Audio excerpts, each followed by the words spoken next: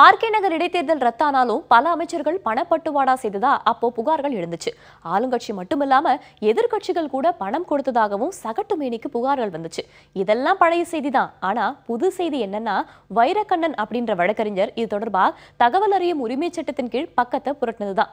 அரசியல்ல ஆட்சி நிர்வாகத்துல இப்படி அடிக்கடி ஏதாவது பரபரப்பா புகார்கள் கிளம்புறதும் அப்புறம் நாமளே அது என்னாச்சுன்னு கண்டுக்காம மறந்துறதும் ரொம்ப சாதாரணம் தான்.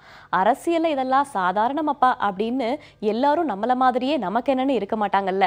ஆனா வைரக்கண்ணன் ஆர்டிஏ தோணுதுல அமைச்சர்கள் சிலர் மீது பணம் கொடுத்தது தொடர்பா தேர்தல் ஆணையம் வழக்கு பதிவு செய்ய உத்தரவிட்ட விவகாரம் தெரிய வந்திருக்கு. ஆனா அப்படி தேர்தல் ஆணையம் உத்தரவிட்டும் கூட அதை பத்தி மூச்சு காட்டாம கிடப்பல போட்டதும் தெரிய வந்திருக்கு. இதையே ஆவணமா பயன்படுத்தி உயர்நீதிமன்றத்தோட கதவை தட்டிருக்காரு வழக்கறிஞர் வைரக்கண்ணன்.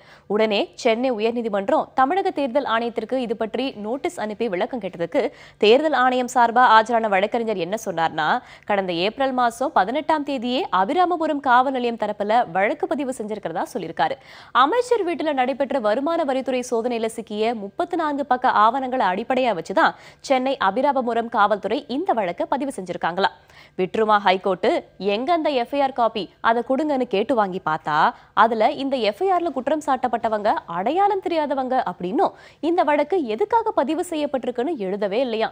கடுப்பான ஹைகோர்ட் எஃப்ஐஆரோட கேஸ் டைரியையும் இந்த விவகாரத்துல தேர்தல் ஆணையம் காவல் நிலையத்துல தாக்கல் செஞ்ச 34 பக்க ஆவணங்களையும் நீதிமன்றத்துல காட்டி விளக்கம் அளிக்கணும்னு சொல்லியிருக்கு. இந்த இடத்துல தகவல் அப்படிங்கிறது எவ்வளவு முக்கியமானதுன்னு நமக்கு தெரிஞ்சிருக்கும். தகவல் பெறும் விஷயத்துல குடிமக்களான நமக்கு ஒரு நாடாளுமன்ற சட்டமன்ற உறுப்பினருக்கு இணையான அதிகாரத்தை கொடுத்திருக்கு. அதன்படி ஒரு நாடாளுமன்ற உறுப்பினருக்கும் சட்டமன்ற உறுப்பினருக்கும் என்ன தகவல்லாம் கொடுக்கலாமோ அதே தகவல்களை சாதாரண குடிமக்களுக்கும் கொடுத்தாகணும். அதனால தவறு செய்யும் அரசு அதிகார அமைப்புகளை தட்டி கேட்கும் வாய்ப்பு இருக்கும். நாம எந்த அதிகாரமும் இல்லாத டம்மி பீஸ்னு நினைக்கவே கூடாது.